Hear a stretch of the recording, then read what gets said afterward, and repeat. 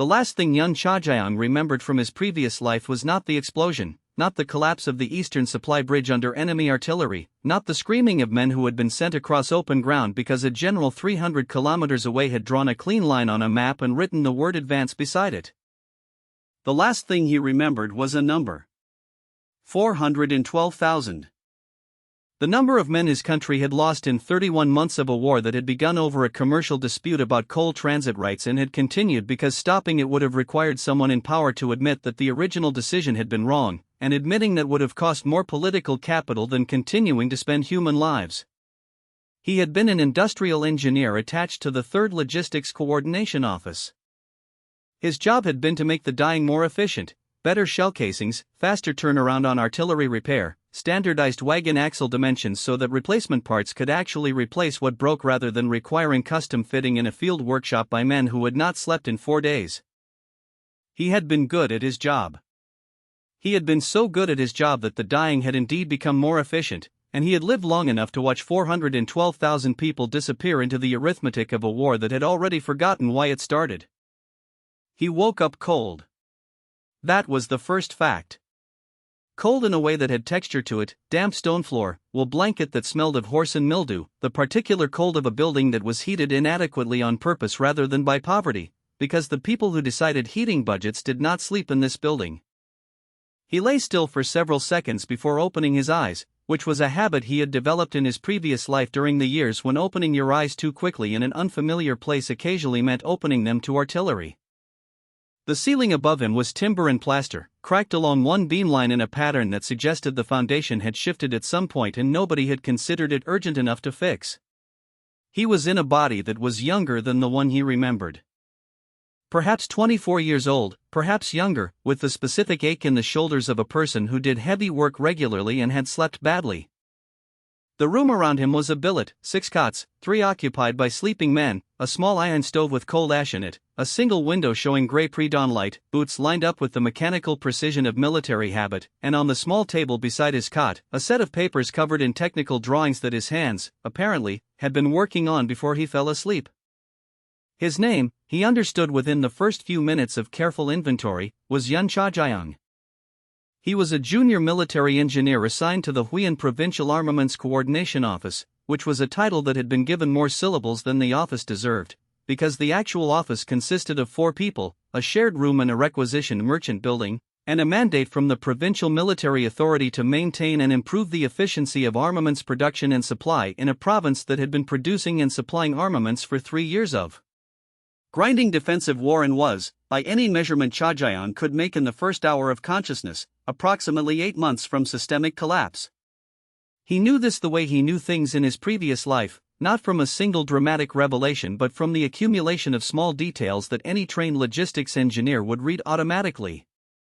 The technical drawings on his table showed a repair schematic for a field artillery piece, and the schematic was wrong in 3 places, not badly wrong, not catastrophically wrong, but wrong in the specific way that suggested whoever had originally drawn the specification had been working from memory of an older model rather than measurement of the actual current production standard, which meant the repair parts being cut to this schematic were slightly off, which meant the repaired guns were slightly inaccurate, which meant the ammunition expenditure required to achieve the same effect was slightly higher, which meant the supply chain was under slightly more pressure than it needed to be, and in a war that had been running on slightly too tight margins for 3 years, slightly was the difference between holding and not.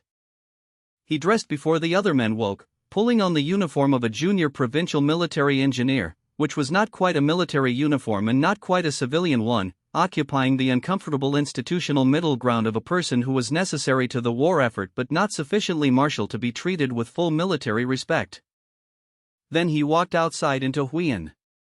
The city was not destroyed. That was the first surprise. He had expected, from the internal logic of the situation, a bombed-out shell, rubble and craters and the aesthetic of terminal military crisis.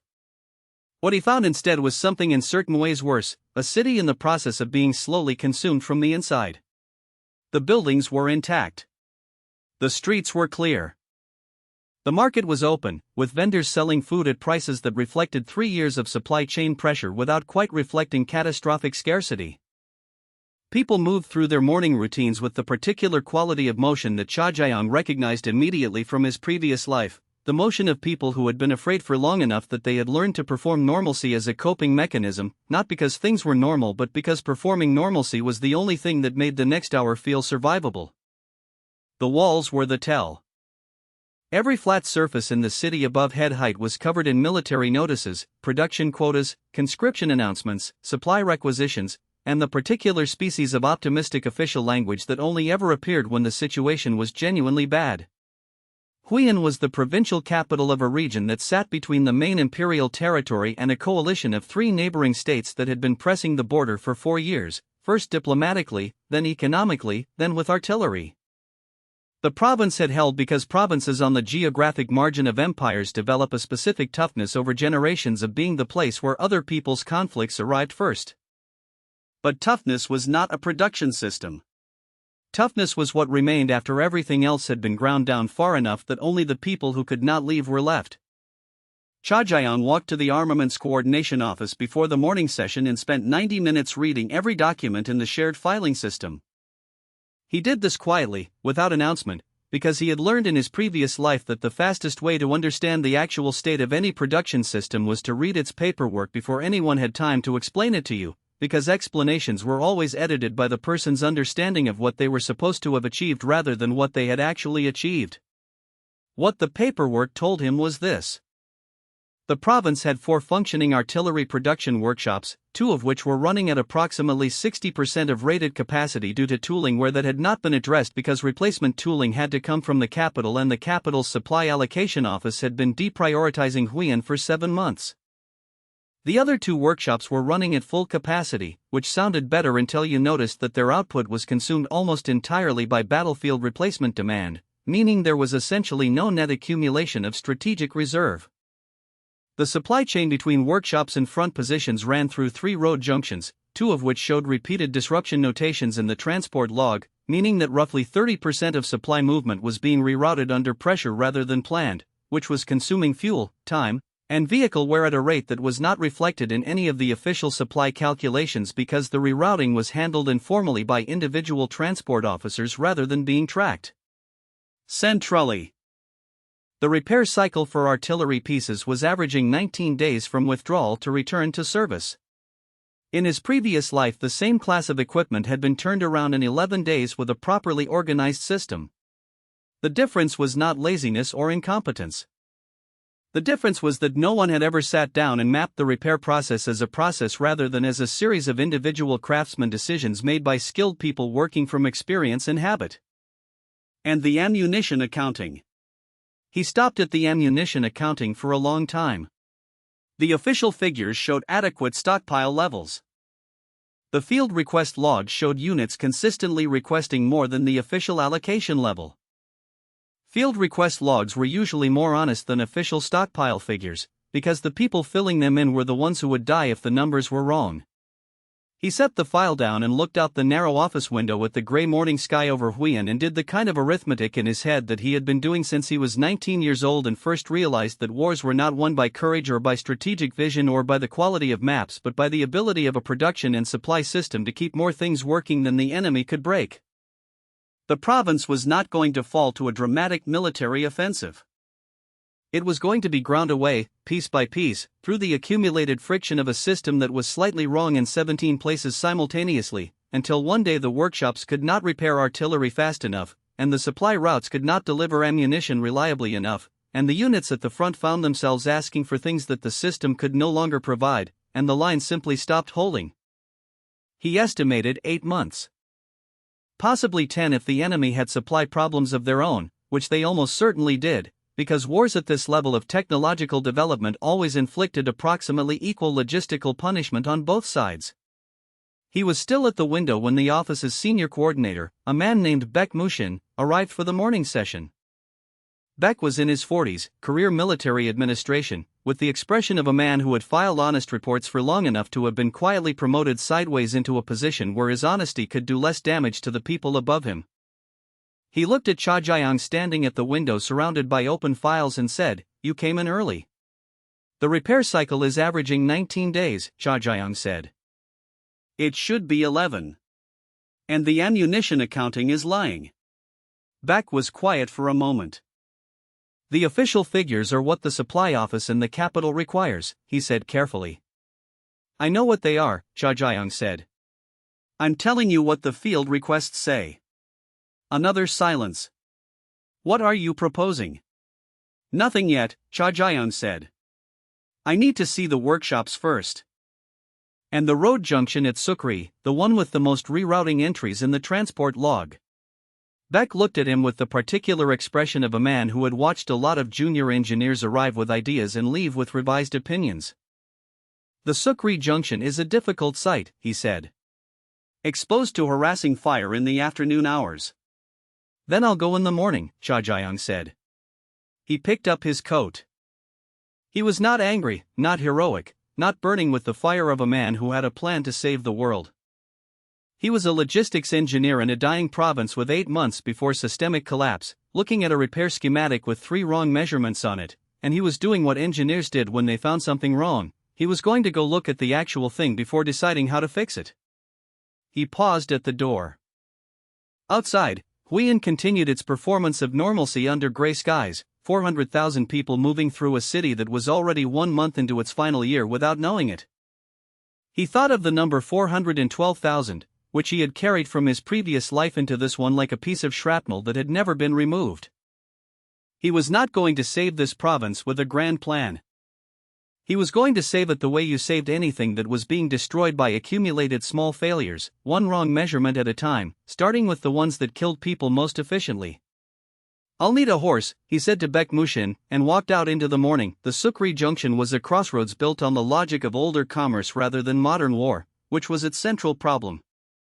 3 roads met at a point chosen 100 years ago because it was equidistant from 3 market towns and had a well and a wide flat area good for turning loaded wagons. None of those qualities mattered anymore. What mattered now was that the junction sat on a slight elevation visible from the ridge to the northeast, that the approach from the main workshop district ran through a narrow defile for 600 meters before opening into the junction clearing, and that whoever had designed the current supply routing had done so on a map rather than in person, because anyone who had stood at this junction for 10 minutes in the afternoon would have immediately understood why the rerouting entries in the transport log existed. Cha Jiang stood at the junction in the early morning gray and watched the light move across the northeastern ridge and thought about the problem the way he thought about all problems, not as a crisis requiring a hero but as a system with identifiable failure points that could be corrected if you were willing to do the unglamorous work of correcting them. The junction needed to be moved. Not the roads, which were fixed by terrain, but the transfer point, the place where supply wagons offloaded to the smaller forward carts for the last 12 kilometers to front positions. Moving the transfer point 2 kilometers back down the main road, behind the defile, would remove the exposure problem entirely. It would add perhaps 40 minutes to the forward cart cycle. 40 minutes was acceptable. Being shelled while unloading ammunition was not. He noted this and rode to the first workshop. The first workshop was housed in a converted textile mill at the edge of the city's eastern industrial quarter, a large brick building with good floor space and terrible organization. The floor space was being used the way floor space was always used in systems that had grown by necessity rather than by design, organically, chaotically, with each functional group occupying the area closest to where it had first set up, regardless of whether that placement made any sense in the context of the whole process.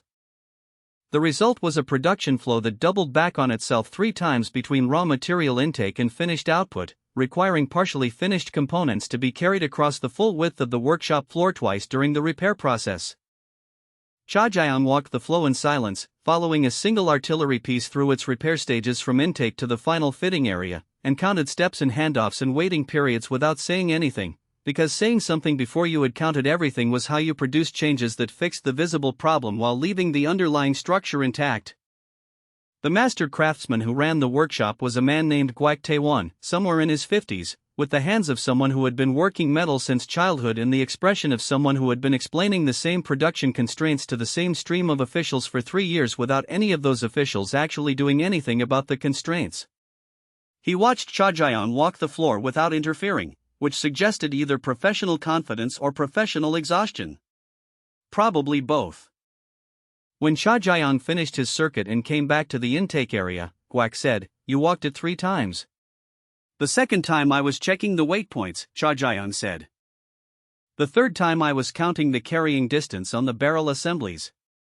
And your people are carrying barrel assemblies across 40 meters of floor 4 times per repair cycle when they should be crossing 8 meters twice. You have the space to reorganize the flow. You're not using it as flow. You're using it as storage in habit. Guak looked at him with the particular expression of a craftsman whose professional judgment is being described accurately by someone from outside the trade. It was an expression balanced exactly between resentment and reluctant agreement. Reorganizing the floor requires downtime, he said. 3 days, Cha Jiang said. I've done this calculation before. If you shut down the floor for 3 days to reorganize the material flow and the staging sequence, you recover the lost output within 11 days from improved cycle time. After that, you're producing faster than before the downtime indefinitely. The provincial command does not like downtime, Guak said. I'll handle the provincial command, Cha Jiang said, which was a statement he made with more confidence than he currently possessed, because handling the provincial command was a problem he had not yet solved and which would require a different set of skills than walking a production floor and counting carrying distances. But it was the right thing to say, because the alternative was to ask Guak to solve the political problem himself, which was not Guak's job and which would result in nothing changing. He spent the rest of the morning at the workshop, not giving instructions, but asking questions: what broke most often, where the tooling was worst, which stages had the most variation in output quality, which repair operations the craftsmen considered straightforward and which ones they dreaded. He was building a map, not of the physical space, which he already had, but of the system's knowledge, where the expertise lived, where the uncertainty lived, where the informal workarounds had accumulated into practices that nobody had written down but everybody depended on. In the afternoon he went to the second workshop and did the same thing. The second workshop was smaller and better organized, run by a younger supervisor named Du Xianha who had clearly thought about flow and process more than Guak had, and whose main problems were upstream rather than internal: inconsistent raw material quality from the supply intake and a tooling shortage that was forcing her craftsmen to use worn cutting implements on precision work. She had written 3 formal requests for tooling replacement. He had read all 3 in the office files that morning. None had received a substantive response. By evening he had a clear picture of what was possible. Not a grand transformation, not a revolution, not the kind of sweeping reform that required political authorization and capital investment in 6 months of bureaucratic approval. Something simpler and more immediate, a set of specific corrections to specific failure points that could be implemented with existing resources if the right people agreed to cooperate. He returned to the coordination office and found Baek Mushin still at his desk, which suggested either dedication or the kind of institutional anxiety that expressed itself as extended hours. Sukri Junction needs a transfer point relocation, Cha Jiang said. 2 kilometers back toward the city. I need authorization and 4 laborers for 2 days. That needs the transport officer's agreement, Baek said. The workshop on Cheonan Street needs 3 days of planned downtime for floor reorganization. I need written authorization from the provincial command that this will not be logged as a production failure. That will be difficult, Baek said. Du Xianha's workshop needs tooling. Not the full request she filed. Specifically items 4, 7, and 12 from her third request. Those 3 items would address the precision ware problem without requiring the full capital allocation her original request required. Baek looked at him for a long moment. You've been here 1 full day, he said. I know what that looks like, Cha Jiang said. I don't need you to believe me yet. I need you to authorize 3 small things that cost very little and watch what happens to the repair cycle numbers over the next 30 days. It was not a passionate speech. It was not the declaration of a man who had a vision. It was the proposition of an engineer who understood that the only argument that worked with institutional systems was demonstrated result, and that demonstrated result required a small initial authorization that could be granted without political risk by a man who was tired of watching things slowly fail. Baek looked at the evening paperwork on his desk. He looked at the transfer point proposal Cha Jiang had sketched on a plain sheet.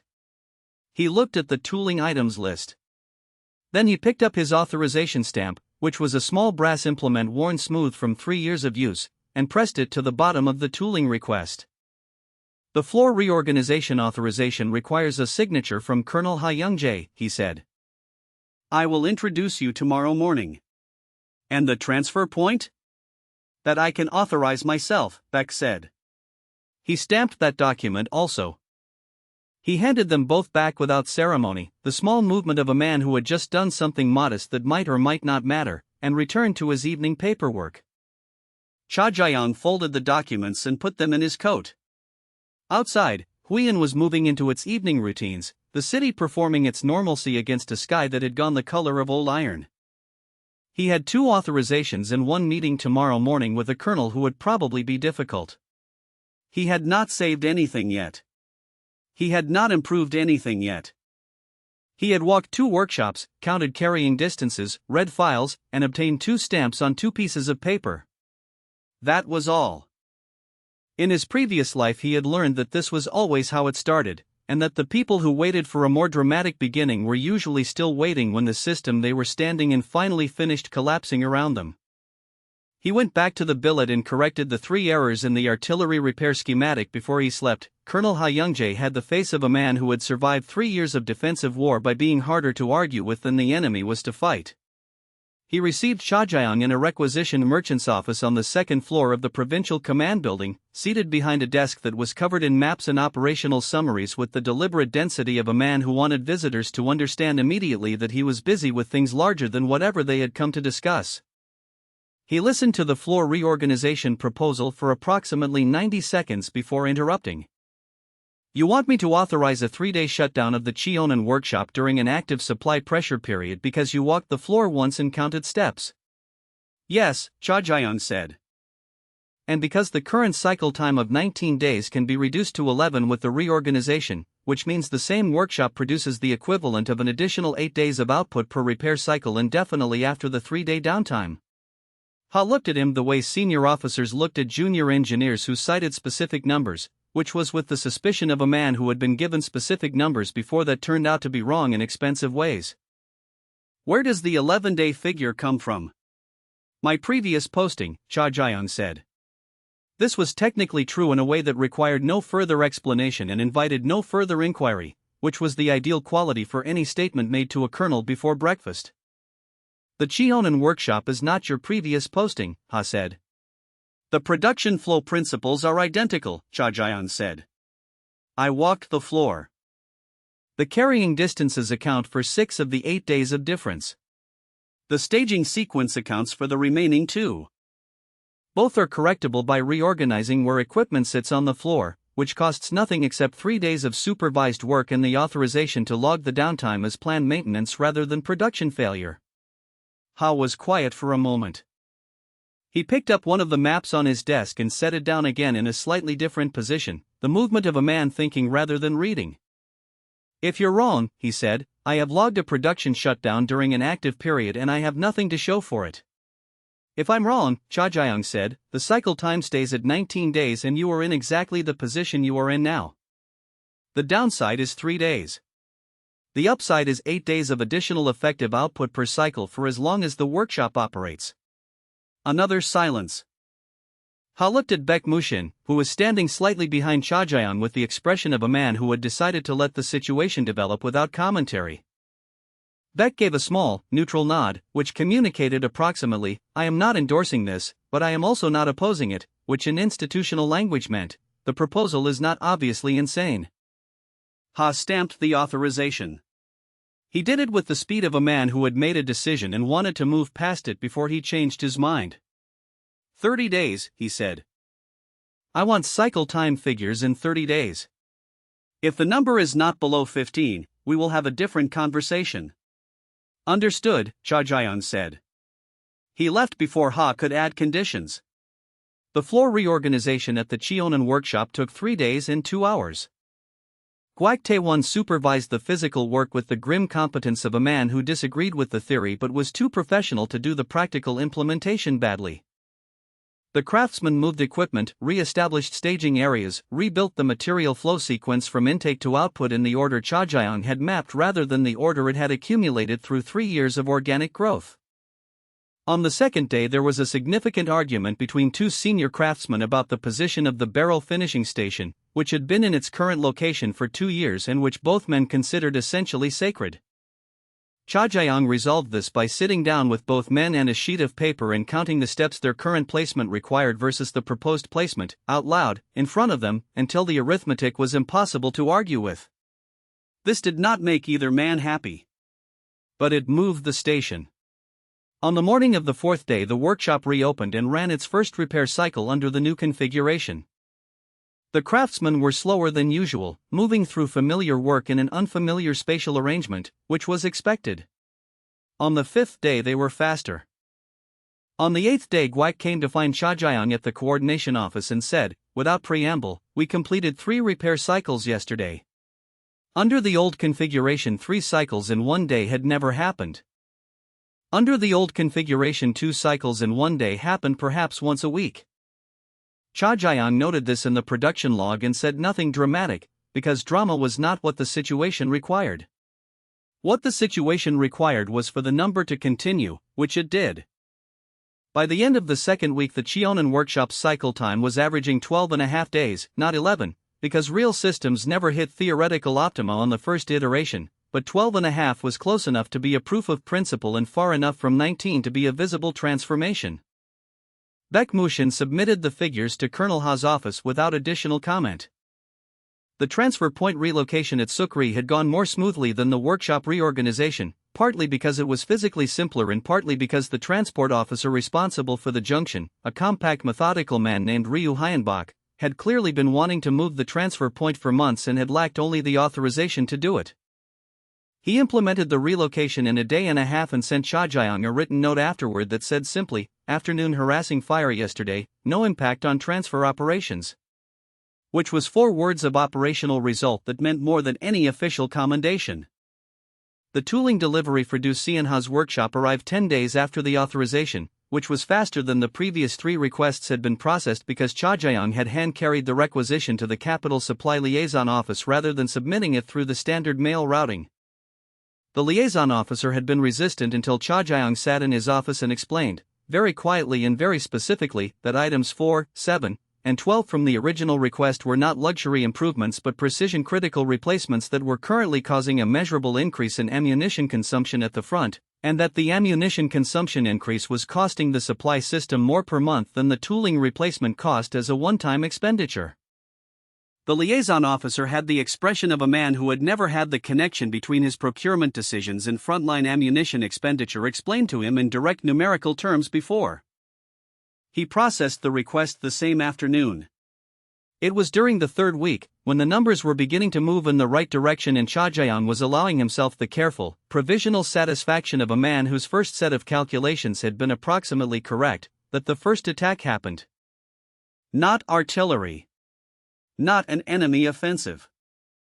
A storage fire in the secondary ammunition depot on the city's north side, which destroyed approximately 15% of the province's buffered shell stockpile in 4 hours before the fire teams brought it under control. The fire investigation concluded with a finding of accidental ignition from a poorly maintained lamp in the adjacent storage room. Cha Jiang read the investigation report twice and then went to look at the depot himself. He stood in the burnt-out shell of the storage building and looked at the lamp housing in the adjacent room, which was, according to the investigation, the origin point. The lamp housing was a standard military issue unit. He had inspected perhaps 200 of them in the course of his work at the coordination office. They did not fail in the way the investigation described without showing specific prior damage to the fuel seal. The housing in the adjacent room showed no prior damage. It showed clean failure at the seal joint. He stood in the cold smell of burnt timber and chemical residue and thought about this for a while.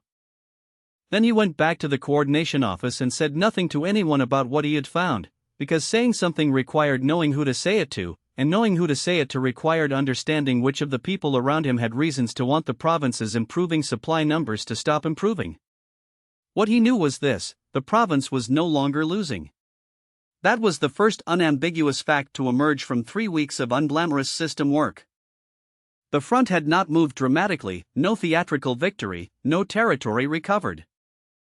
But the repair cycle was faster, the supply was more reliable, the transfer point was no longer losing wagons to harassing fire. Small things. Real things. Things that did not make newspapers but that the officers at the front could feel in the difference between requesting ammunition and receiving ammunition. And somewhere in the city, in the province, in the institutional machinery of a war that had been running on managed decline for 3 years, someone had noticed that the decline was being interrupted, and had decided to interrupt the interruption. He added the lamp housing to the internal map he kept in his head, the map that was not of roads and workshops but of forces and interests, and he went back to work, because stopping was more dangerous than continuing, and because the depot fire had destroyed 15% of the buffer stockpile and that gap needed to be addressed before the front felt it. The depot fire changed the quality of attention that the coordination office received from above. Before the fire, Cha Jiang and his small improvements had existed in the comfortable institutional obscurity of a junior engineer doing useful but unremarkable work in a secondary office. After the fire, and after the 30-day cycle time figures reached Colonel Ha's desk showing an average of 12.3 days against the previous 19, the obscurity ended. Ha summoned him again, this time without the theatrical desk covering of the first meeting, which meant the meeting was about something the colonel actually wanted rather than something he was being asked to tolerate. He sat across from Cha Jiang with a directness that was either respect or the specific attention a useful tool receives when someone has decided to use it more aggressively. The Cheonan numbers are real, Ha said. It was not a question. They'll improve further when the craftsmen finish adapting to the new staging sequence, Cha Jiang said. I expect 10.8 by the end of next month. What would the same approach do to the Muncheon workshop? The Muncheon workshop was the largest of the four, the one running at 60% capacity due to tooling wear. It was also the one that Cha Jiang had been building toward, because fixing Muncheon was not a floor reorganization problem, it was a capital investment problem, and capital investment problems required a different level of institutional authorization than moving equipment on a factory floor. Muncheon is a different category of problem, he said. The flow issues there are secondary to the tooling wear. You cannot reorganize your way to efficiency when the fundamental equipment is degraded. The cutting tools on lines 2 and 4 are operating at approximately 40% of rated precision. That is not a scheduling problem. That is a replacement problem. Replacement requires capital allocation from the Central Supply Authority, Ha said. Which has been denying the requests for 7 months, Cha Jiang said. Yes. Then the request needs to be made differently, Cha Jiang said. The previous requests were filed as workshop improvement requests. They should have been filed as operational readiness deficiencies with direct impact assessment on frontline supply metrics. Those are processed through a different channel and require a response within 14 days under the Provincial Defense Charter. Ha looked at him for a moment. You've read the Provincial Defense Charter. I've read everything in the Coordination Office files, Cha Jiang said. This was true. He had read everything in the first 4 days, during the hours before the morning sessions and after the evening ones, because reading everything was the only way to understand the full shape of the system he was working inside, and understanding the full shape was the only way to know which lever actually connected to which outcome rather than simply appearing to. Ha authorized the new filing approach and told him to draft the capital request by the following morning. Cha Jiang drafted it that evening, structured not as a petition but as a quantified operational argument: current tooling precision level, resulting output deficit in units per week, resulting supply gap at the front in shells per battery per day, resulting increase in frontline ammunition rationing, and the projected cost of continued rationing in terms of position losses over a 90-day period versus the one-time cost of tooling replacement. He put the numbers side by side in a format that made the comparison unavoidable for anyone reading with minimal arithmetic competence. Baek Mushin read the draft before it was submitted and said nothing for a long moment. Then he said, "This will make the Capital Supply Authority look like they have been costing us positions." They have been costing us positions, Cha Jiang said. Yes, Baek said. That is why this will be effective and also why someone in that office will remember your name afterward. This was the kind of statement that a careful institutional man made to warn a less careful one without taking responsibility for the warning. Cha Jiang noted it and submitted the document anyway, because the alternative was leaving Muncheon at 60% capacity for another 7 months while the front continued to ration artillery support. The capital request was approved in 9 days. Not 14, which was the charter deadline, but 9, which suggested that someone in the supply authority had read the cost comparison and decided that being visibly responsible for position losses was worse than processing an inconvenient request quickly. The replacement tooling arrived at Muncheon 3 weeks later. It was during those 3 weeks, while waiting for the tooling and continuing to work through a list of smaller systemic corrections at the other workshops and along the supply routes, that Cha Jae-young met Sim Yeon-ai for the first time. She was not what the title suggested. The Provincial Industrial Census Office was, like most provincial offices of its kind, a room with 3 desks and a mandate that had been written during peacetime and not substantially revised since the war began. Sim Yeon-ai ran it with the specific efficiency of a person who had been given inadequate resources and inadequate authority and had compensated for both by becoming extremely precise about what she actually knew versus what she was required to officially report. She had come to the coordination office to cross-reference production figures, which was routine. What was not routine was that she stopped at Cha Jae-young's desk, looked at the production tracking system he had built over the previous weeks, which covered all 4 workshops on a single consolidated sheet with daily cycle time figures and supply flow notations, and said, "You're tracking actual output against planned output with a daily resolution." "Yes," he said. "The official reporting format is weekly with a monthly aggregate," she said. "I know," he said. "The weekly format means you can't see a problem until it's already 4 days old," she said. "That's why I changed it," he said. She looked at the sheet for another moment. "The depot fire impacted your buffer calculations here," she said, pointing to the correct line without hesitation. "I've been adjusting the forward supply allocation to compensate," he said. "The adjustment isn't aggressive enough," she said. "The front's consumption rate went up 8% last month, not the 4% you've applied here." He looked at her. "Where did you get a consumption rate figure with that resolution?" "I built my own tracking system," she said. "For the census office." "Why?" "Because the official figures from the supply command are reported with a 3-week lag," she said, "and I got tired of working with information that was already wrong by the time I received it."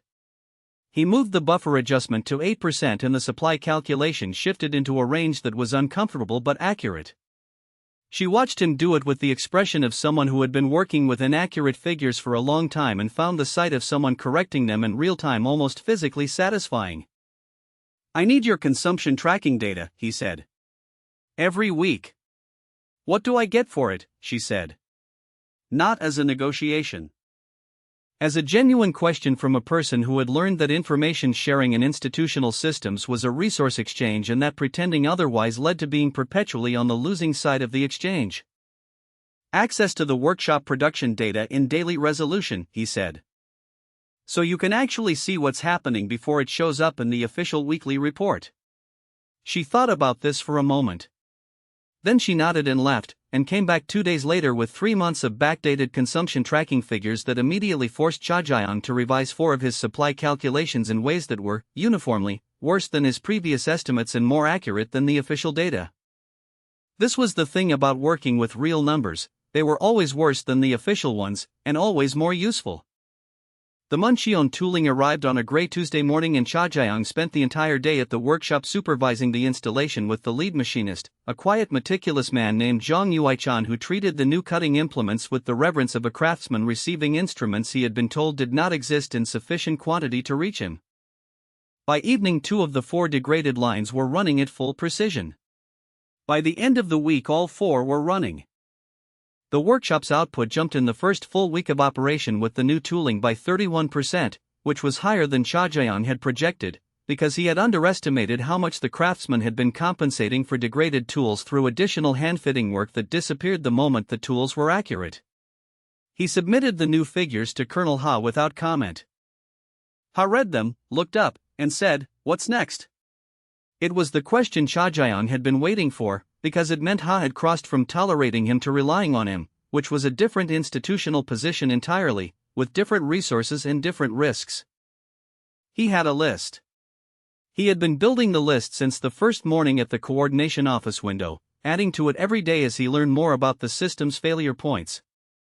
The list was long and the items on it grew progressively larger and more expensive as you moved down it, from small corrections that required only authorization to medium investments that required capital to large structural changes that would require political decisions above Ha's level. There are 23 items on my current list, Cha Jiang said. 12 are achievable within your authorization level. 4 require capital requests at the provincial authority level. The remaining 7 require decisions above that. Ha looked at the list when Cha Jiang produced it. He read through it with the careful attention of a man who was beginning to understand that the junior engineer sitting across from him was not proposing improvements to a broken system but was proposing to replace the system entirely, piece by piece, in an order calculated to make each step seem reasonable until the cumulative result was something qualitatively different from what had existed before. How long? Ha asked. For all 23? Yes. 18 months, Cha Jiang said. If the political authorizations move at normal speed. 12 if they move quickly. Ha set the list down. He looked at the window. Outside, somewhere beyond the city's edge, the front was doing what the front always did, consuming things at a rate that the system behind it was perpetually failing to match. The front doesn't have 18 months, Ha said. I know, Cha Jiang said. That's why I listed them in the order I did.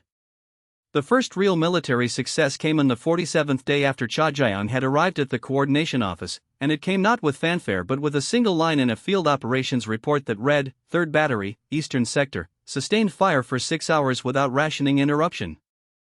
6 hours of uninterrupted sustained fire was not a dramatic victory. It was not a territorial gain or a captured position or the kind of event that made its way into official dispatches with language about valor and sacrifice.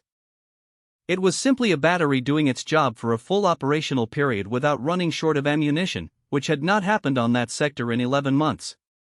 Cha Jiang read the line in the operations summary and then read the supply log for that day and confirmed what the line implied: the improved transfer point at Sukri, the faster repair cycle at Cheonan, and the restored output at Muncheon had together produced enough additional flow through the supply chain that the 3rd battery had received its full allocation on schedule rather than the standard reduced allocation that frontline units had quietly accepted as normal. He noted this in his production tracking sheet without ceremony and moved on to the next item on his list, which was a road surface problem on the secondary supply route between the central depot and the northern workshops that was costing approximately 2 wagon days per week in axle repairs. He was at this problem when Colonel Ha summoned him again, this time with an urgency that the messenger communicated through the simple fact of running rather than walking. The meeting was not in Ha's requisitioned office. It was in the Provincial Command's operations room, a larger space with a full tactical map on the main wall and 4 officers standing around it with the body language of men who had received good news and were trying to decide whether to trust it. Ha introduced him to the others without elaborate ceremony: General Pyo Sangrok, the provincial military commander, a man in his 60s who had the stillness of someone who had seen enough that very little surprised him anymore; Senior Supply Officer Meng Chinsu, who looked at Cha Jiang with the expression of a man seeing for the first time the source of the numbers that had been improving his reports, and a political administrator named Yim Dae Hyan whose role was not entirely clear but whose quality of attention suggested that he was present not to contribute to the discussion but to observe and report it to someone above. General Pyo spoke first. He said that the eastern sector's supply improvement had been noted, that the 3rd battery's performance was being cited as evidence of systemic recovery, and that he wanted to understand how far the recovery could go and how fast. Cha Jiang gave the same answer he had given Ha: 12 items achievable within current authorization, for requiring capital requests, 7 requiring political decisions above provincial level. The timeline, he repeated, was 18 months at normal speed, 12 at faster. Pyo looked at the tactical map. He traced a line with one finger along the eastern sector, not touching it, hovering an inch above the paper the way commanders touched maps when they were thinking about something the map could not fully show. What would 8 months give us? He asked. Not full transformation, Cha Jiang said. But the 12 items within current authorization, completed, would give you a supply system running at approximately 70% above current effective output. The 4 capital items, if approved quickly, would add another 20%. At 90% above current output, the front can sustain active operations rather than defensive holding. Pyo looked at him for a long moment. How certain are you of those numbers? The first 12 items are already partially demonstrated, Cha Jiang said. The Cheonan and Muncheon improvements are real and continuing. The transfer point relocation is real. The tooling restoration at Muncheon is real. I'm extrapolating the remaining items from the same principles that produced the demonstrated results. It was an honest answer rather than an optimistic one, which was the only kind of answer worth giving to a general who was making decisions about where to send people to die. Pyo authorized all 4 capital requests the same day. He also assigned Cha Jiang a formal support staff of 3 junior engineers and a dedicated liaison to the Provincial Capital Supply Authority, which was the institutional equivalent of giving him a much larger lever in pointing it at the same fulcrum he had been pushing against alone for 7 weeks. The 3 junior engineers were named Oh Jaemin, Hak Seoyeon, and Kwon Il-sung. Oh Jaemin was 22 and very fast with figures. Hak Seoyeon was quiet and meticulous and had an instinct for physical systems that expressed itself as the ability to look at a broken piece of equipment and identify the failure point before anyone had explained the symptoms. Kwon Il-sung was older, late 30s, with field experience that the other 2 lacked, and who knew which supply officers could be trusted to implement changes and which ones would comply formally and resist practically. Cha Jiang put Kwon to work on the road surface problem immediately, because the road problem required exactly the combination of technical specification and human navigation that Kwon's experience provided. He put Hak on a survey of the 3rd and 4th workshops, the 2 that had not yet been reorganized. He put O on the consolidated tracking system, expanding it to incorporate Simyana's consumption data alongside the production figures, building toward a single real-time picture of the province's full supply chain that had never existed before because no one had ever considered it necessary. What Cha Jiang did himself, in the weeks following the operations room meeting, was the work that had to be done by someone who understood both the technical and political dimensions simultaneously: the capital requests, the authorization chains, the careful management of General Pyo's expectations, and the growing awareness that success was producing a different kind of problem than failure had. When the province had been failing, it had been invisible. Now that it was visibly improving, it was attracting attention from directions that had nothing to do with improving it further.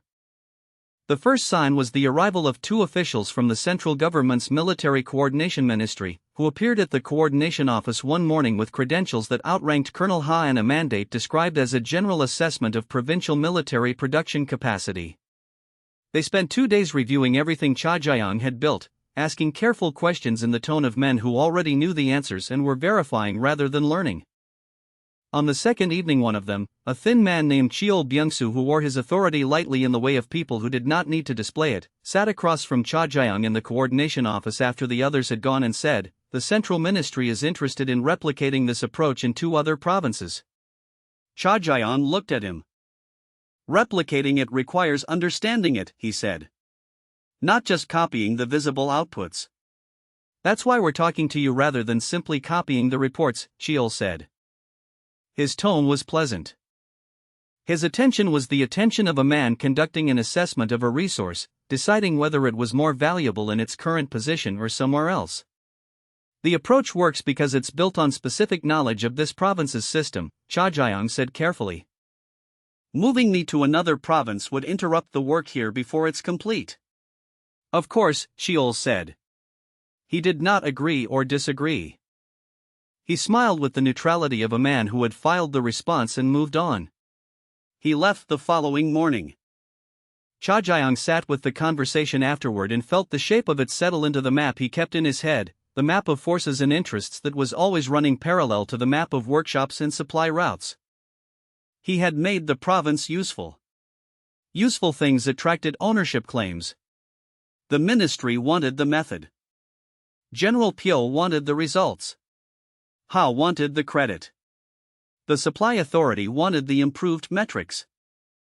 All of them wanted what he had built, and none of them had been present for the 19-day repair cycle or the 3 wrong measurements on the artillery schematic or the cold morning at the Sukri Junction counting exposure angles.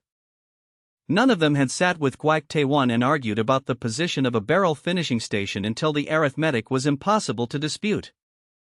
Success, he was relearning, was not a destination. It was a new set of problems wearing a better uniform. And the worst of those problems arrived on the same day that the front reported its first genuine tactical advance in 14 months, a 2-kilometer push on the eastern sector made possible by sustained artillery support that the improved supply chain had finally made achievable. The advance was real. The officers celebrated. General Pyo sent a formal commendation to the Coordination Office. And in the evening intelligence summary, buried in the third paragraph of the neighboring state coalition's observed response, was a single sentence that Cha Jiang read 3 times in the cold light of his desk lamp. The coalition had contracted with a foreign industrial advisory firm. They were beginning a production modernization program. They had seen what Huiyin province could now do, and they had decided to match it.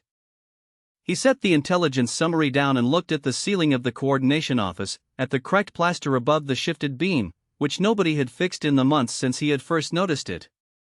He had made his province stronger. He had also shown his enemies exactly how to do the same thing.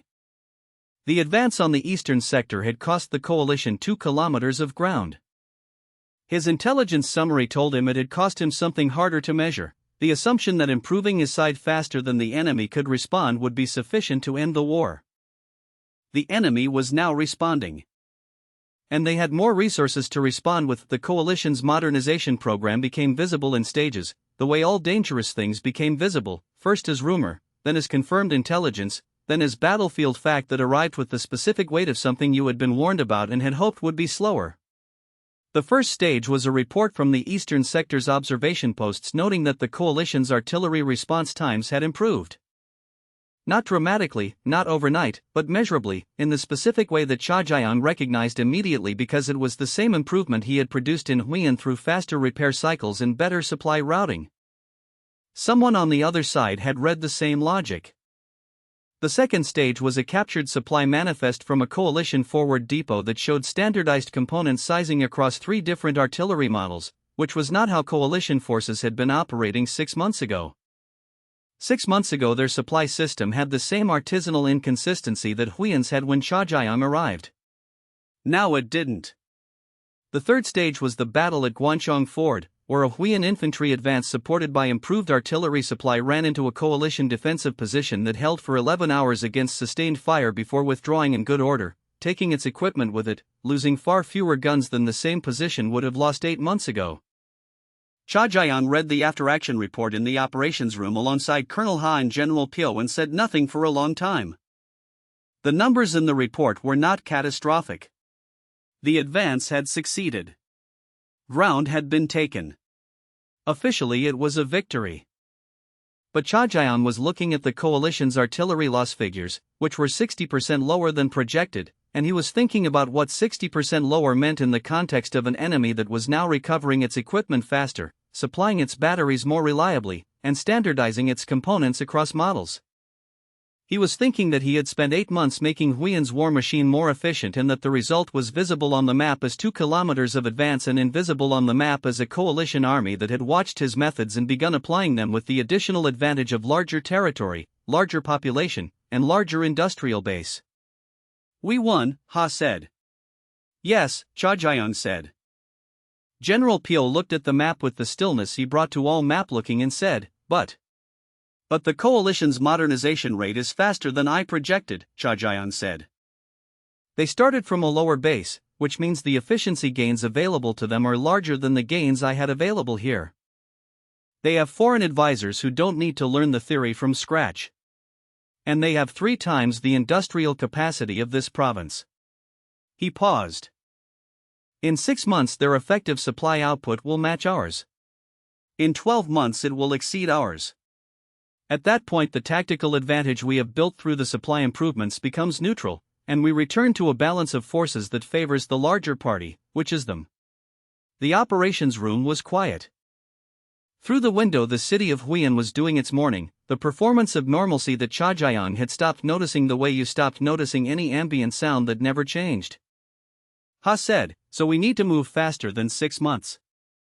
"Moving faster than 6 months on the remaining items is possible," Cha Jiang said. "It requires the 7 political authorizations above provincial level. It requires central government commitment to this province as a priority investment rather than a managed holding action." He looked at Pyo. "It also only delays the problem. Even if we stay ahead of their modernization curve by 12 months, we are in a race. We are not in a resolution. Pyo looked at him. What is a resolution? It was a question that a general who had been fighting a defensive war for 4 years asked with the specific tone of a man who had considered the question before and arrived at no satisfying answer and was now asking it of someone who thought differently enough to possibly have one. Cha Jiang had been sitting with the answer to this question for 3 weeks, since the intelligence summary about the coalition's foreign advisors. He had been turning it the way he had turned the transfer point problem and the tooling problem and the floor reorganization problem, looking at it from the supply side, from the production side, from the political side, from the physics of the situation rather than the emotions. Wars at this level of technology and organization, he had concluded, did not end because one side ran out of courage or because a decisive battle produced a clean result. They ended when the cost of continuing exceeded the imaginable benefit of any achievable victory. For the current war, both sides could still imagine achievable victories that justified the cost. That was why it was still happening. The only way to end it was to make the cost of continuing so catastrophically clear that no achievable victory could justify it. Not better artillery. Not faster supply chains. Something that changed the fundamental calculation of what a war could cost. He said this to General Pyo in plain language, without the technical scaffolding, because generals thought in political and human terms and technical scaffolding obscured the point. Pyo listened without interrupting, which was his habit with things he considered important. When Cha Jiang finished, Pyo was quiet for a moment. Then he said, "You're describing a weapon that ends wars by making them too terrible to continue." "I'm describing the principle," Cha Jiang said. "The specific engineering is a separate question that I am not yet equipped to answer alone." "But you believe it's achievable." "I believe the principle is sound," Cha Jiang said carefully. "I believe that the kind of weapon that changes the fundamental calculation of war has historically required not a single genius but an organized research program, dedicated facilities, and 10 years of foundational science that this province does not currently possess." He paused. "Which means if it's achievable at all, it begins now. Not with the weapon. With the infrastructure to eventually build the weapon." Pyo looked at the map for a long time. He looked at the eastern sector where the advance had succeeded and where the coalition was now modernizing its response. He looked at the other sectors, which were static in the way of fronts that had been consuming lives for years without moving meaningfully in either direction. He looked at Cha Jiang with the assessment of a man who had been making decisions about resource allocation in conditions of uncertainty for decades and who had developed a functional instinct for the difference between proposals that were rational and proposals that were true. "What do you need to start?" he said. Cha Jiang had the list ready because he had been building it for 3 weeks. Not a list of weapons or warheads or delivery systems, none of which were achievable yet and some of which he could not have specified from memory in any case. A list of foundations, a centralized scientific research institute, currently non-existent in the province, a technical university program capable of producing trained chemists, physicists, and materials engineers within 5 years, a high-precision manufacturing facility for experimental components, a secured testing ground at sufficient remove from civilian areas, and a talent acquisition program to identify and relocate the specific class of theoretical scientists who did not currently exist in Huiyin because Huiyin had never needed them. It was a long list. It was an expensive list. It was the kind of list that looked, to anyone reading it without the context of what it was building toward, like a general program of industrial and educational modernization, which was precisely how Cha Jiang intended it to look, because the alternative was to write at the top of the list what the list was eventually for, and he was not yet prepared to have that conversation with anyone except Pyo in a room with a closed door. Pyo read the list slowly. He turned the pages with the methodical patience of a man who read everything before responding to any of it. When he finished, he set the pages down and said, "The scientific institute and the university program I can authorize at provincial level with central government notification. The precision manufacturing facility requires central approval. The testing ground requires land acquisition above my authority." "I know," Cha Jiang said. "The institute and the university program are sufficient to begin," Cha Jiang said. "The rest follows from demonstrated progress. I don't need everything at once." I need the first two things now and the credibility of early results to justify the rest. Pyo picked up his authorization stamp. He held it for a moment. He looked at Cha Jiang with the expression of a man who understood that he was authorizing something that would take years to produce a result and who was doing it anyway because the alternative was watching the coalition's modernization program close the gap and return the war to the static consumption it had been before Cha Jiang had arrived and started fixing the wrong measurements. The institute, Pyo said. And the university program. Begin immediately. He stamped the authorization. Cha Jiang took the document and folded it carefully, the same way he had folded every authorization he had received in this province, with the specific care of a person who understood that paper was the only thing standing between an idea and the institutional machinery that could make it real. He walked back to the coordination office through the morning streets of Huiyin, past the market and the military notices and the 400,000 people performing their normalcy, and he thought about what he had just set in motion. He had spent his previous life watching a war consume 412,000 people because the people running it could still imagine achievable victories. He had spent 8 months in this life fixing supply chains and repair cycles and road surfaces and tooling, making a small province capable of sustaining itself in a war that both sides intended to continue. And now he had just authorized the first step toward something that would take years and require resources he did not yet have and demand scientific knowledge he would need to find in other people, something that he was not even certain was achievable in this world with its different physics and different materials and different baseline technology. He had authorized it anyway because the arithmetic of the situation was the same arithmetic it had always been, in his previous life and in this one. Wars did not end because the people fighting them became tired or moral or wise. They ended when the cost became impossible to justify. He was going to build the thing that made the cost impossible to justify. He did not yet know if he could.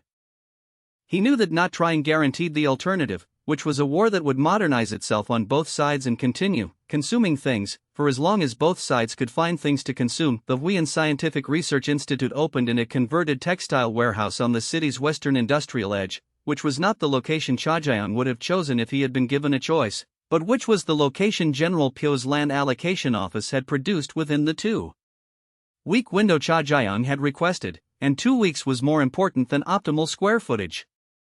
The building was large, cold, and structurally sound, which were the 3 qualities that mattered most for the first year of operation when the primary activity would be equipping laboratories rather than running experiments.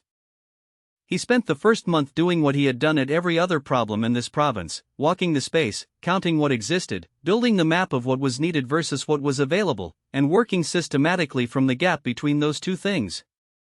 The equipment problem was significant.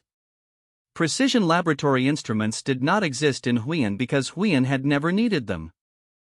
The province's industrial base was competent at the scale of artillery production and supply logistics, which required tolerances measured in millimeters, not the tolerances required for serious materials research, which were measured in fractions of a millimeter and required instruments that had to be either imported from the capital or fabricated locally from specifications that Cha Jiang carried in his head from his previous life's engineering education. He chose fabrication over importation wherever possible, because importation created dependency chains and visibility that he was not yet ready to manage. He found the instrument maker he needed in the form of a woman named Tan So-hyang, who ran a small precision clock-making workshop in the city's artisan quarter and who had been making mechanical instruments of exceptional accuracy for 20 years for clients who wanted expensive clocks. She looked at Cha Jiang's first set of instrument specifications with the expression of a craftsman reading a technical challenge, which was not an expression of doubt but of calculation. What would it require? How long? What materials? She told him she could produce the first set of measurement instruments in 6 weeks if he provided the raw materials, which he did, sourcing high-grade steel stock through the same capital supply authority channels he had used for the workshop tooling, framed again as operational readiness requirements to ensure processing speed. The talent problem was harder than the equipment problem. Huiyin had skilled craftsmen and competent military engineers and 1 or 2 self-taught technical minds like Simyon I who had arrived at systematic thinking through necessity rather than formal training. What it did not have was theoretical scientists, the specific class of mind that worked from first principles rather than from accumulated craft knowledge, that could look at a materials problem and reason about what was happening at the level of structure and composition rather than simply at the level of observable behavior. He wrote letters. 12 of them, addressed to individuals whose names he had identified through a combination of the provincial university's publication records, the capital's technical society membership lists, and 2 conversations with Baek Mushin, who turned out to have a surprisingly detailed knowledge of the academic landscape because his brother had been a university administrator before the war. The letters were carefully written, not as recruitment offers but as research invitations, framing the institute as a place where foundational scientific questions of materials behavior under extreme conditions could be investigated with provincial military support, which was true in the sense that all true things are incomplete. Of the 12 letters, 4 received responses. Of the 4 responses, 2 resulted in visits to Huiyin. Of the 2 visits, 1 resulted in a commitment. The committed scientist was a man named Seo Guangpil, 51 years old, formerly a professor of physical chemistry at the Eastern Capital's Technical Institute before the war had interrupted the institute's funding and scattered its faculty. He arrived in Huiyin with 2 trunks of books, a set of personal laboratory equipment that he had been carrying with him for 3 years, and the specific wariness of a man who had been promised research conditions before and received administrative obstruction. Cha Jiang met him at the coordination office and spent 4 hours with him in a conversation that was not about recruitment but about the actual scientific problems Cha Jiang needed solved, stated in as much technical specificity as Cha Jiang could manage from his previous life's engineering knowledge. Seo listened with increasing attention that shifted from polite professional courtesy to genuine engagement at the point where Cha Jiang described the material's behavior problem at the center of what he was ultimately trying to build. The challenge of containing and directing a release of energy at a scale that required materials performing at the absolute boundary of their structural limits. He did not say what the energy release was for. He framed it as a propulsion problem, which was true as far as it went, and which was far enough for the first conversation. Seo agreed to stay for 6 months and evaluate. He stayed. The university program was slower than the institute, because building a technical university required not just facilities and faculty but a curriculum, administrative structure, student selection processes, and the specific political negotiation of convincing Huiyin's existing educational establishment that a new institution focused on applied science and engineering was not a threat to their authority but a different category of thing. Cha Jiang delegated most of this to Oh Jae-min, who had turned out to have an unexpected facility for institutional navigation that his youth and mathematical focus had initially concealed. Oh managed the university negotiations with a patience and diplomatic precision that reminded Cha Jiang of Baek Mushin's institutional competence, deployed by someone who was also genuinely technically capable, which made him substantially more effective than either quality alone would have produced. The university program accepted its first cohort of 42 students in the 7th month after authorization. They were young, mostly between 16 and 20, selected through a technical examination that Cha Jiang had designed himself to identify systematic thinking rather than accumulated knowledge, because accumulated knowledge could be taught and systematic thinking was much harder to develop in someone who did not already have it. It was during the 8th month, when the institute was beginning to produce its first experimental results and the university program was in its 2nd semester, that the political attack arrived. It came in the form of a central government inspection, formally announced as a routine review of provincial military expenditure, arriving with the specific timing of something that had been triggered rather than scheduled. The inspection team was led by a man named Minister Baek Jae-won, no relation to the coordination office's Baek Mushin, a senior figure in the central government's military finance committee who had the smooth, deliberate manner of a man who had spent decades making resource decisions and had developed strong opinions about which kinds of expenditure produced acceptable returns. He spent 3 days reviewing the institute's budget, the university program's allocation, and the production improvements that had preceded both. On the 3rd evening he met with Cha Jiang in the operations room and laid out his findings with the precision of a man who had prepared his argument before arriving and was delivering it rather than developing it. The production improvements were, he said, clearly justified. The supply system reforms had produced measurable operational results and were defensible as wartime expenditure. The institute and the university program were different. They were long-term investments in infrastructure that would not produce military results within the current operational timeframe. They were consuming resources that could alternatively be directed toward immediate production capacity. And most significantly, they were operating under the oversight of a single junior engineer whose mandate had originally been supply coordination and who had expanded his authority significantly beyond that mandate without formal central government review. He said all of this pleasantly and without accusation, in the tone of a man conducting administrative hygiene rather than prosecution. But the structure of what he was saying was clear to Cha Jiang, who had spent enough time inside institutional systems to read the architecture beneath the language. Someone in the central government had noticed that Huiyin province was building something that went beyond supply reform. Someone had decided that this was either a threat to central authority or an opportunity to claim central authority over it, and they had sent Minister Baek Jae-won to establish the appropriate relationship before the project became too established to subordinate. Cha Jiang sat across from Baek Jae-won and felt the familiar cold clarity of a man who has been in this situation before, in a previous life, watching institutions try to absorb the things he built before he had finished building them. The Institute's research program is foundational to the long-term supply capacity of the province, he said. Materials research improves production precision. Production precision reduces waste. Waste reduction is supply efficiency by a different name. Baek Jae-won smiled. A compelling framing, he said. But the university program is not supply efficiency. It's the workforce pipeline that makes supply efficiency sustainable beyond the tenure of any individual engineer, Cha Jiang said. When I am no longer here, the province needs people who can maintain and extend what has been built. That requires trained technical minds, not craftsmen working from habit. The smile remained. And who decides what is built, after you are no longer here? There it was. The actual question underneath all the administrative language. Not about efficiency or expenditure. About control. About who owned the future of what Cha Jiang was building.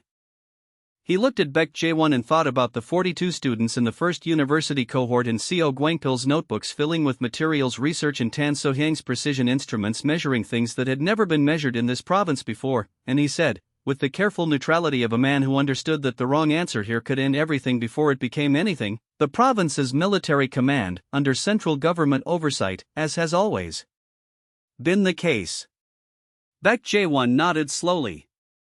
He wrote something in his inspection notebook. He closed it. He left the following morning without issuing a formal finding, which was its own kind of finding, not a clearance and not a termination, but a flag, a notation in a central file somewhere that said this thing exists and we are watching it, and the watching had begun. The testing ground was a valley 40 kilometers southeast of Huiyin, chosen by Cha Jiang after 3 weeks of topographical review for the same reasons a good engineer chose any site. It offered what the work required and nothing more.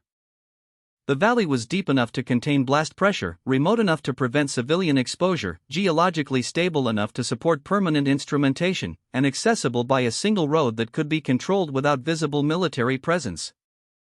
He had submitted the land acquisition request to General Pyo 8 months after the institute opened, framed as an artillery development testing facility, which was true in the same incomplete way that all his framings were true. And Pyo had signed it with the efficiency of a man who had stopped asking detailed questions about individual line items and had begun thinking of Cha Jiang's requests as a single continuous project whose specific components he trusted without needing to fully understand them. The precision manufacturing facility had taken longer, because it required central government approval, and the central government's approval process had developed a specific friction after Minister Baek Jae-won's inspection visit that expressed itself not as denial but as delay, the institutional equivalent of a hand pressed against a door without quite pushing it closed.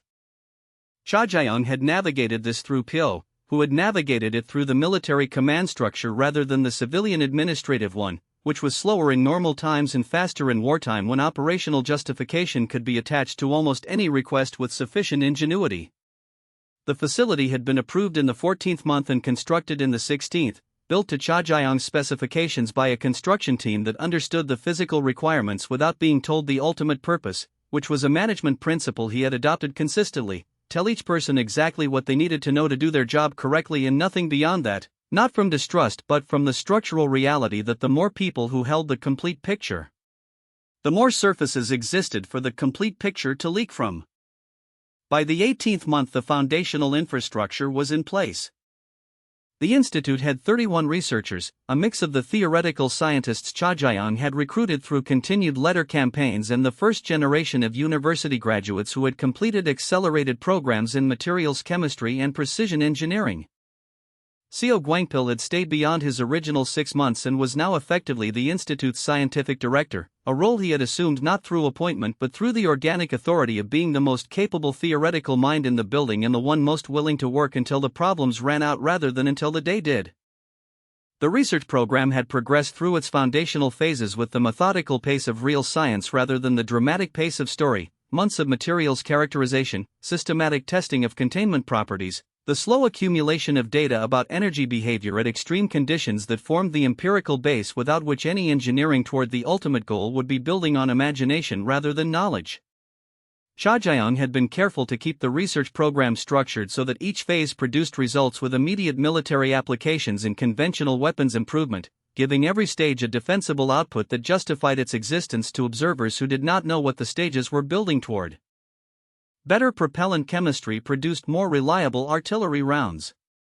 Improved containment materials produced better high-explosive casings. Precision manufacturing techniques produced components for the new long-range rocket artillery program that Cha Jiang had initiated simultaneously as both a genuine military capability and a developmental stage on the path to something larger. The rocket artillery program was where the external world first began to understand that something qualitatively different was happening in Huiyan.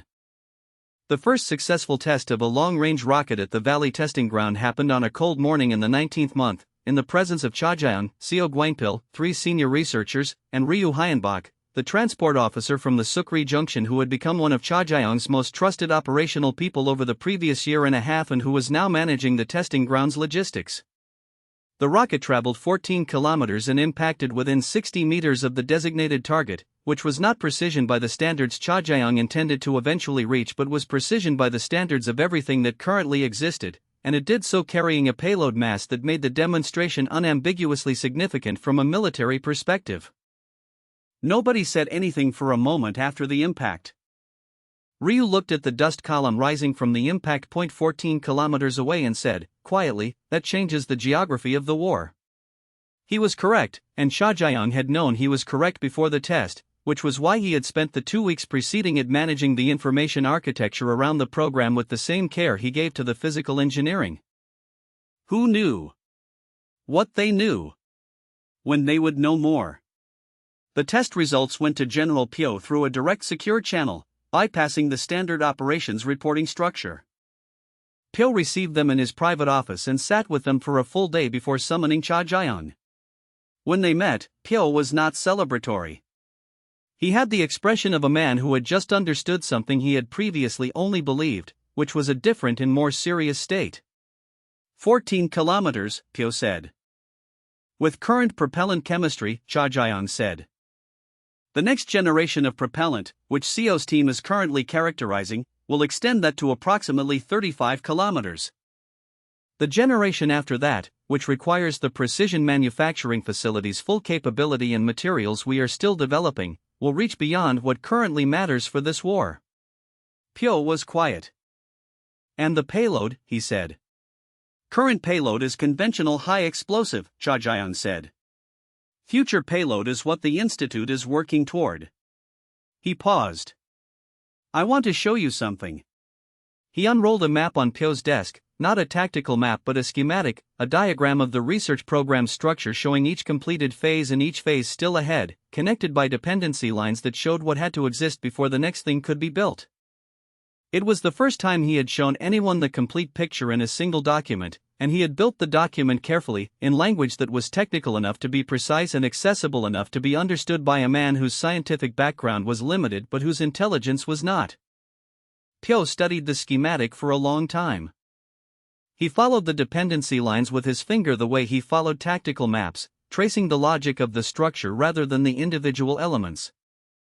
When he reached the end of the forward-looking section his finger stopped and he was very still. This is what you came here to build, Pyo said. It was not a question.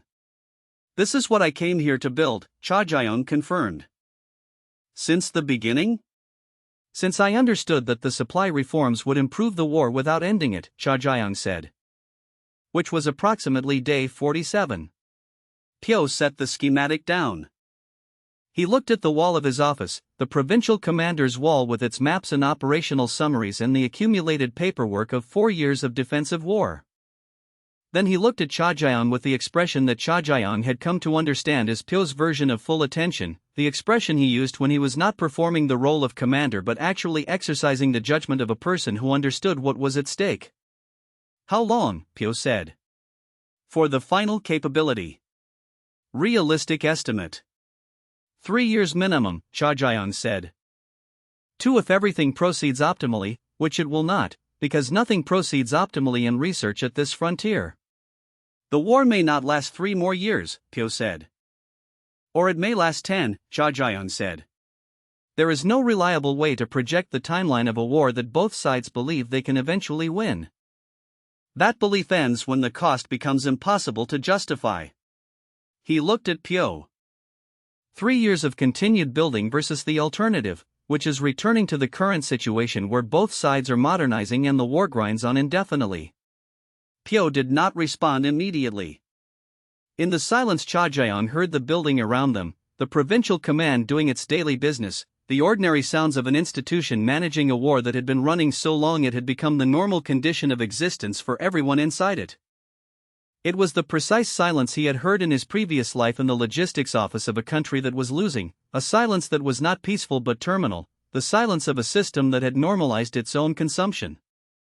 There is a problem, Pyo said finally.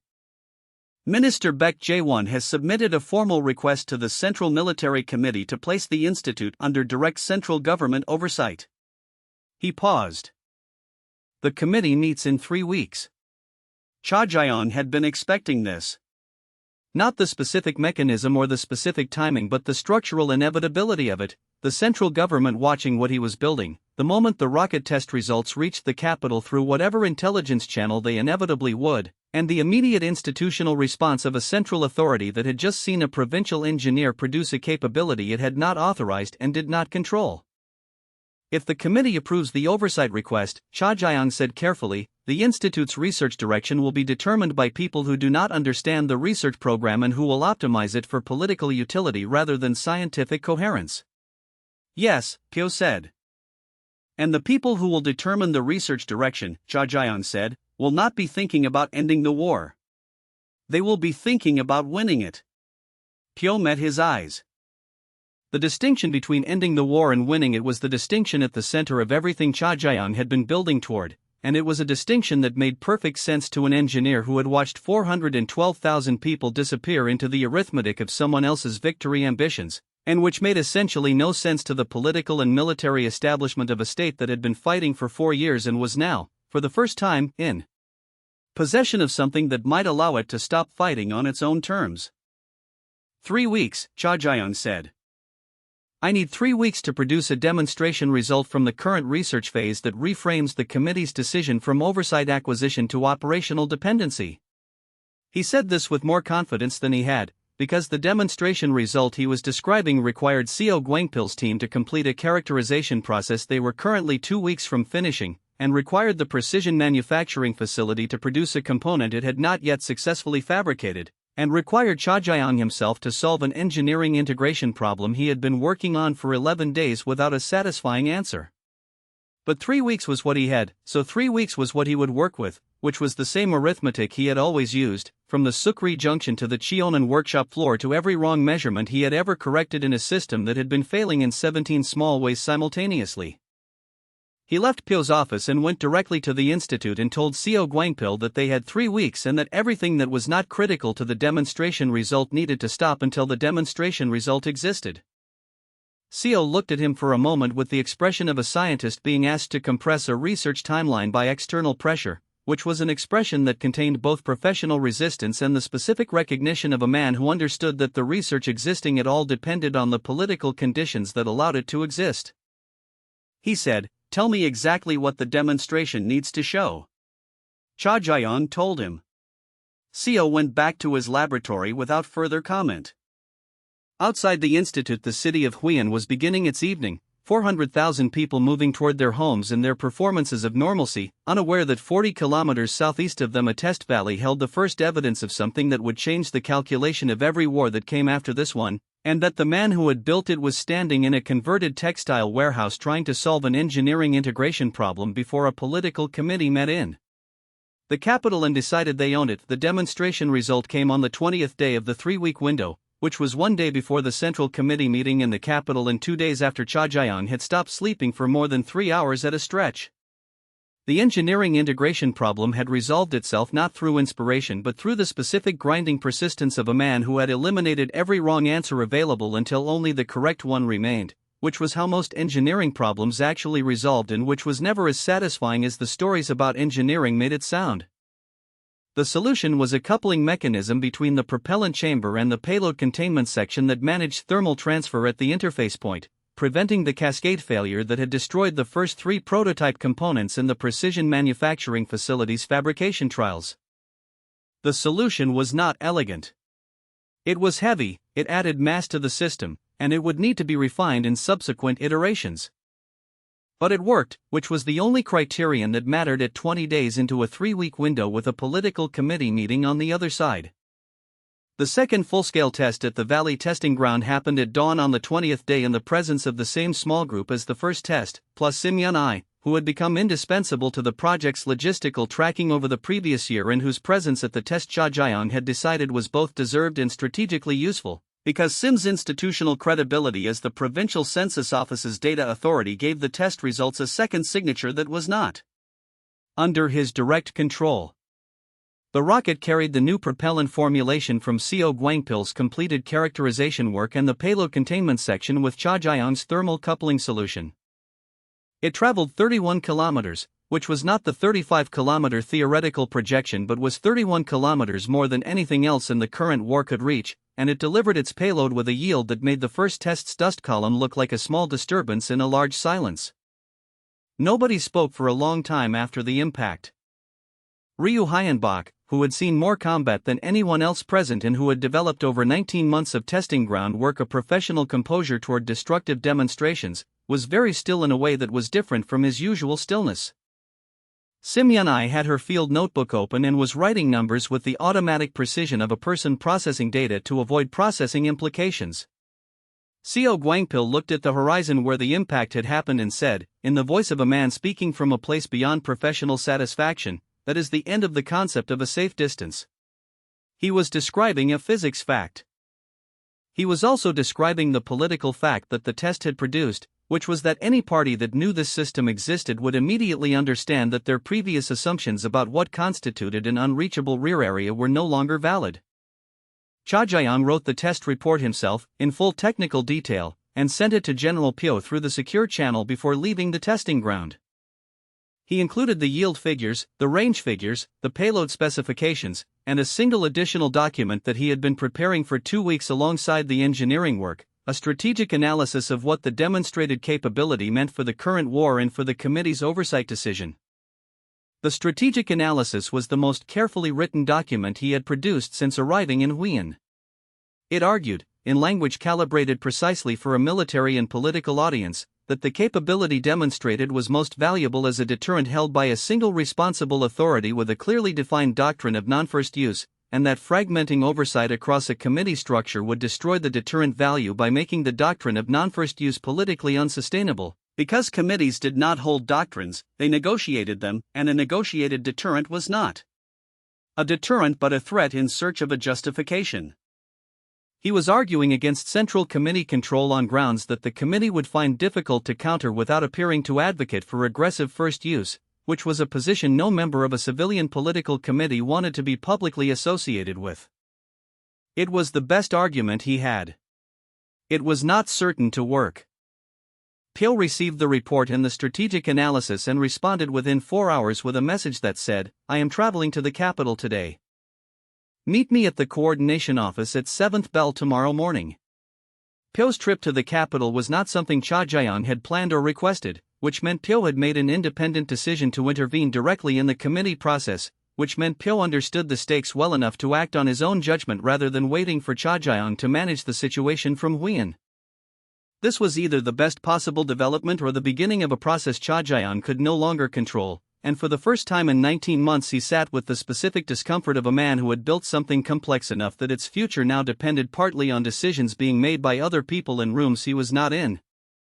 He used the day to brief Co Gwangpil on the political situation in full, for the first time, because if the committee overrode Pyo and imposed central oversight, Seo needed to understand what was at stake and what decisions he might be asked to make about his own continued involvement. Seo listened to the full briefing with the focused silence he brought to all information that required serious processing. When Cha Jae-young finished, Seo was quiet for a long moment. Then he said, "The committee will want to use it." "Yes," Cha Jae-young said. "As a weapon rather than a deterrent." "Yes." "And you believe that changes the outcome fundamentally?" "I believe," Cha Jae-young said carefully, "that a weapon of this capability used as an offensive instrument in a war between states with comparable industrial bases does not end the war. It escalates it to a level where the concept of winning loses its meaning." He paused. "I have seen what that looks like. From the other side."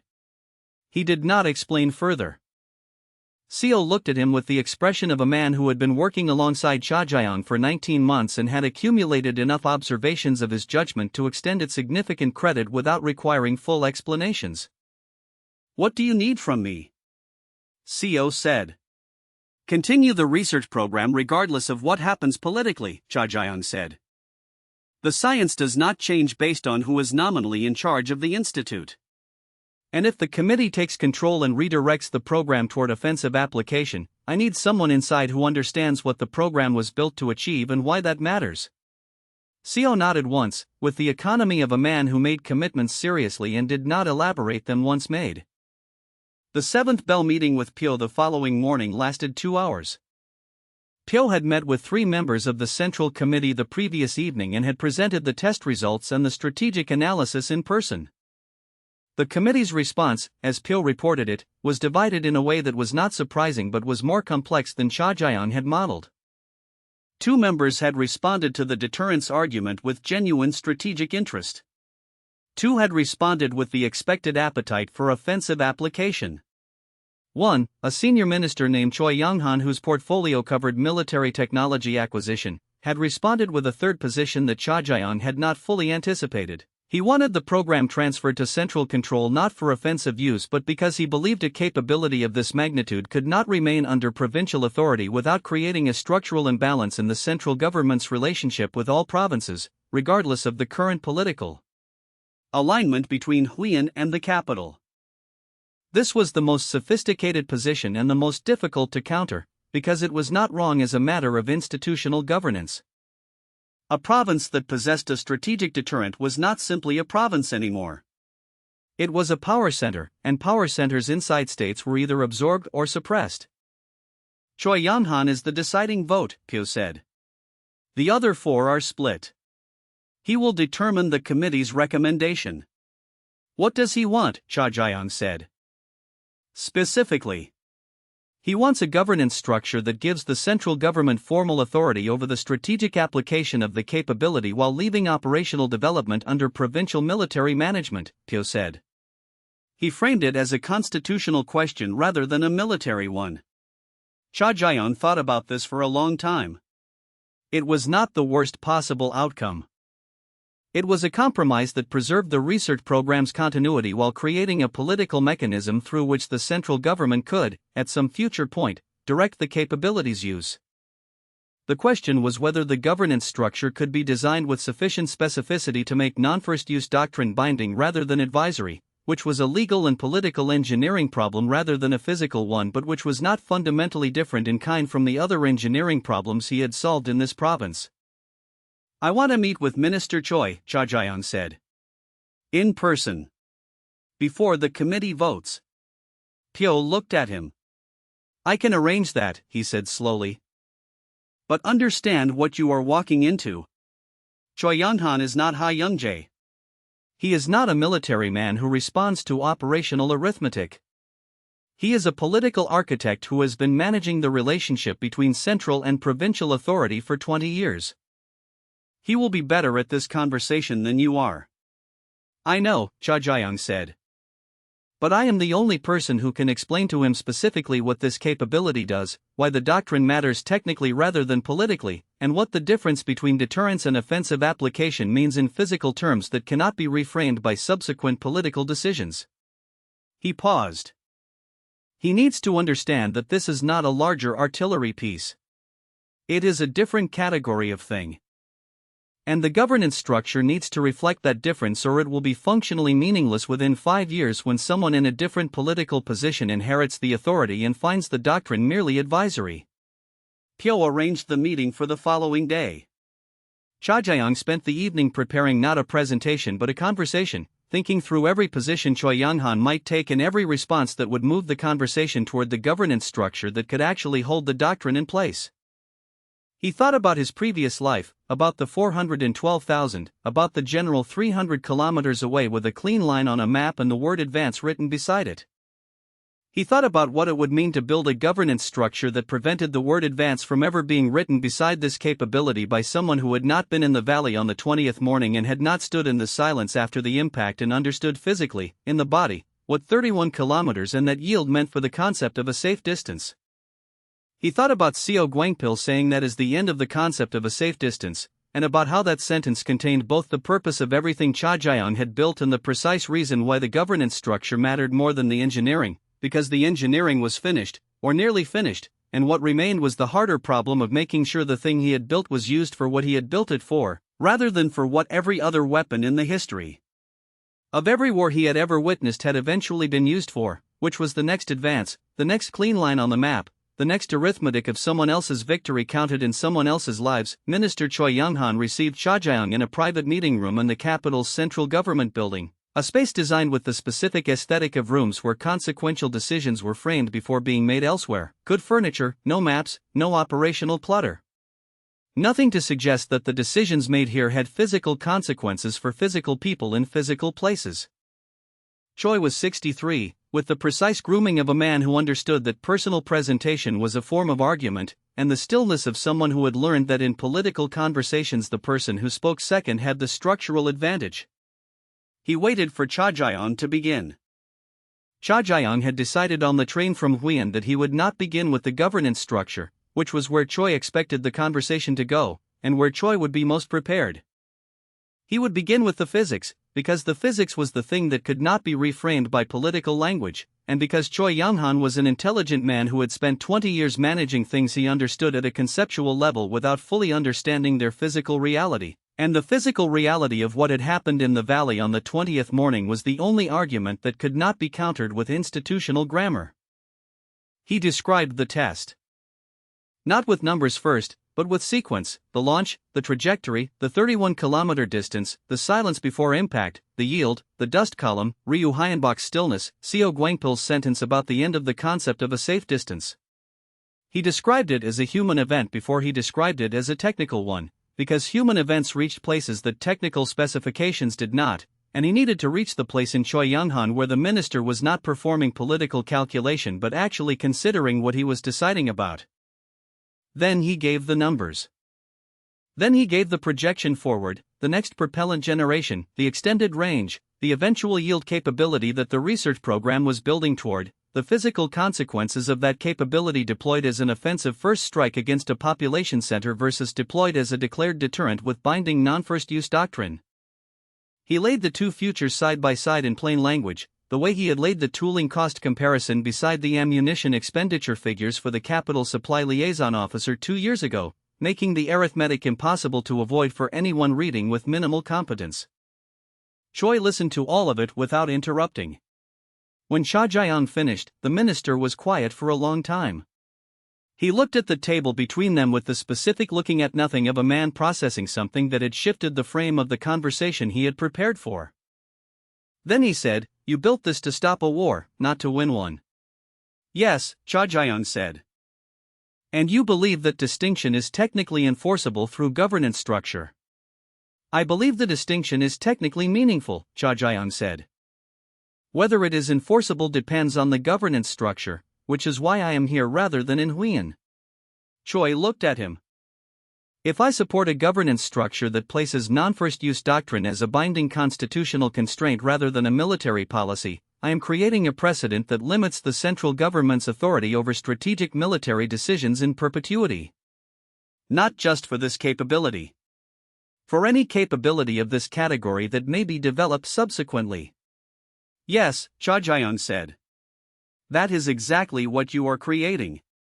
He paused.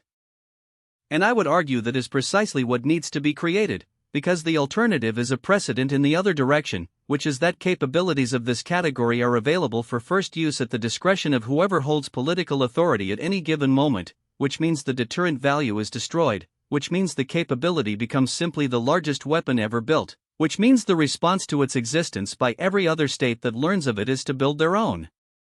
Which means the world you are governing in 20 years is a world where multiple parties hold this capability without binding doctrine, and the arithmetic of that world is not something I can calculate with confidence because the variables involved exceed any model I can construct. The room was very quiet.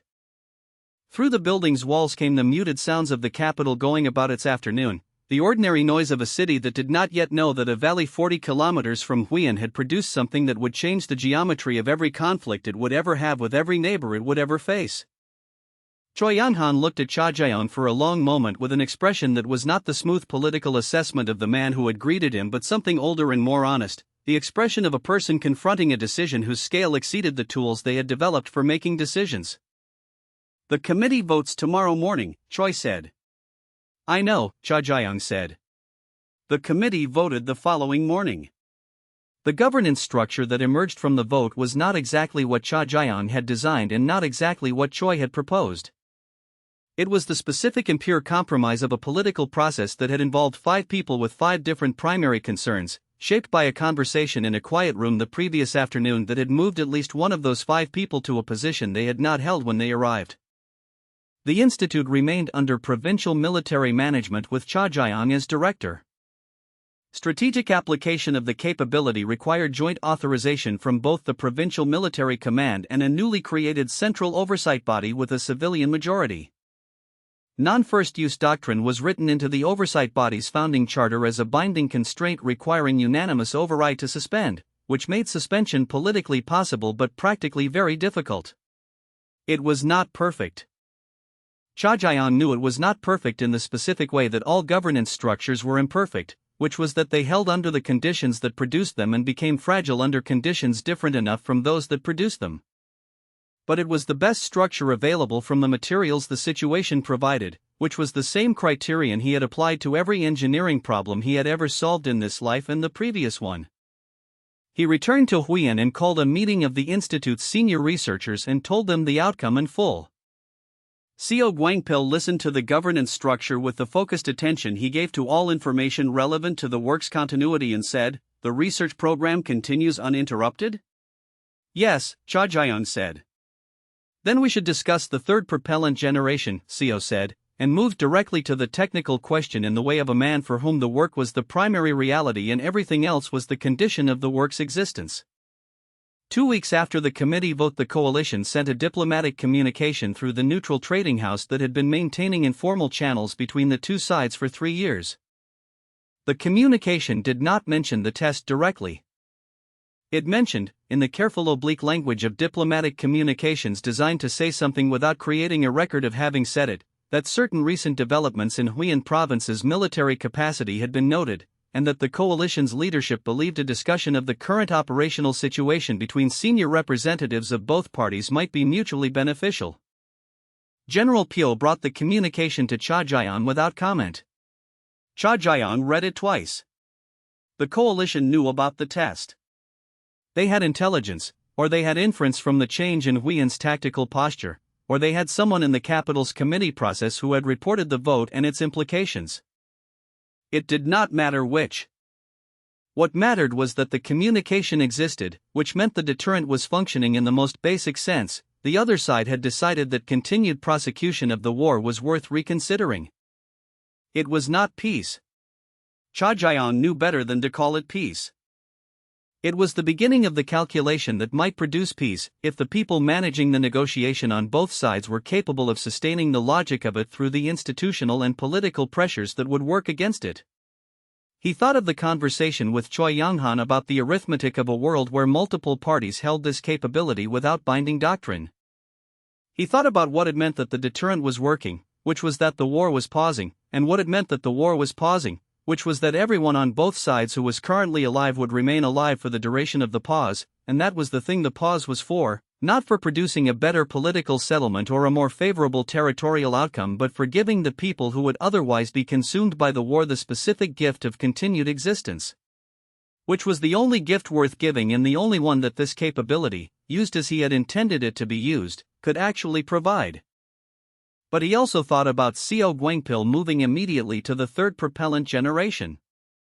He thought about the coalition's response, which would not be permanent acceptance of deterrence but would be, eventually, their own research program, their own institute, their own valley with its own test, their own dust column and their own silence afterward. He had changed the war. He had not ended the logic that produced wars, because that logic was not in the weapons or the supply chains or the governance structures but in the human calculation of achievable victory, and that calculation was older than any technology he could build and would outlast any deterrent he could design. What he had done was raise the cost of the calculation to a point where the current parties could no longer justify it to themselves, which was not the same as making the calculation impossible, only making it currently too expensive, the way a very high price did not eliminate demand but deferred it until conditions changed. He sat at his desk in the coordination office, in the same building where he had first read the wrong repair schematic and looked out the window at Huiyan performing its normalcy, and he wrote a note in his personal log, which he had kept since the first day in this province, that said, "The coalition has asked for talks. The deterrent is functioning.